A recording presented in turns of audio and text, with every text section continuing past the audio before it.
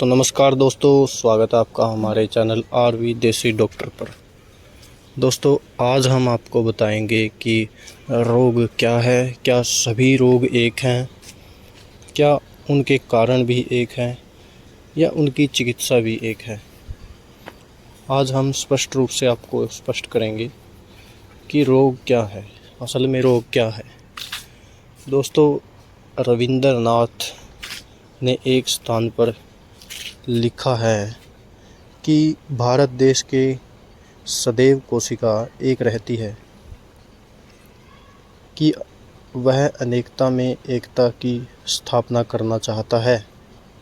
यह विश्व में अनेक मार्गों को मोड़कर एक ही लक्ष्य की ओर अग्रसर करना चाहता है। वह अनेकों में से किसी एक को संशय रहित रूप से उपलब्ध कराना चाहता है।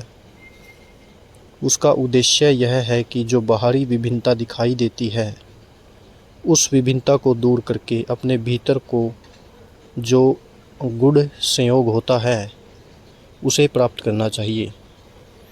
रविंद्रनाथ का उपयुक्त कथन जो हमने आपको बताया है, वह सत्य है।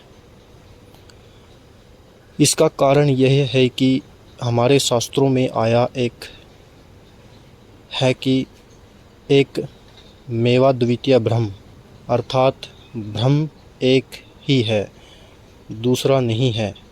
सभी दर्शनों में इस अद्वैत सिद्धांत का एक विशेष स्थान है। प्राकृतिक चिकित्सा भी एक दर्शन ही है तथा इस दर्शन का प्रथम सिद्धांत सभी रोग एक कारण, एक चिकित्सा, एक प्रकार, एक सत्य वस्तु विभिन्न रूप से प्रकट होती हैं। जिस प्रकार एक स्वर्ण विभिन्न नामों एवं रूपों में प्रदर्शित होता है, उसी प्रकार प्राकृतिक चिकित्सा विज्ञान का यह सिद्धांत है कि मानव के शरीर में स्थित एक की कारण विज्ञातीय द्रव अनेक रोगों के रूप में विभिन्न नामों से प्रकट होता है। उपयुक्त सिद्धांत के अनुसार मानव का शरीर एक और अभिन्न होता है, समूचा मनुष्य एक और अभिन्न है, सारा विश्व एक और अभिन्न है, सारा ब्रह्मांड एक और अभिन्न है। सारे ब्रह्मांड को एक नियम व एक सूत्र में बांधने वाली सत्ता भी एक ही है, और यही सर्व खालिंदवद् ब्रह्म का अर्थ है। एकता का यही दार्शनिक सिद्धांत प्राकृतिक चिकित्सा का प्रमुख सिद्धांत है। यदि मनुष्य में होने वाले सभी रोगों का सूक्ष्मता से निरीक्षण करें और उन पर विचार करें, तो हम उन सभी रोगों में से एक रूपता दिखाई देगी। सभी रोग अनेक होते हुए भी वास्तव में एक ही हैं। केवल अनेक रूप और प्रकार में ही भिन्नता दिखाई देती है। इसे एक दृष्टांत के माध्यम से और अच्छी तरह से समझा जा सकता है।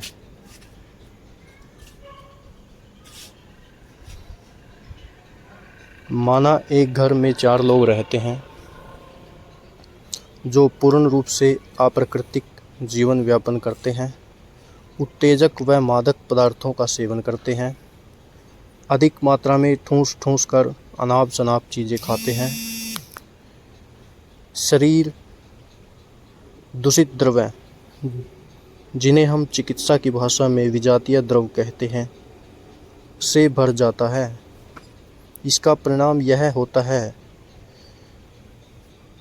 कि आज नहीं तो कल उन लोगों को रोगी होना ही पड़ता है, ताकि उन रोगों के माध्यम से शरीर अपने भीतर स्थित विजातीय द्रव्य बाहर निकाल सके और शरीर पुनः स्वस्थ हो सके। परिस्थिति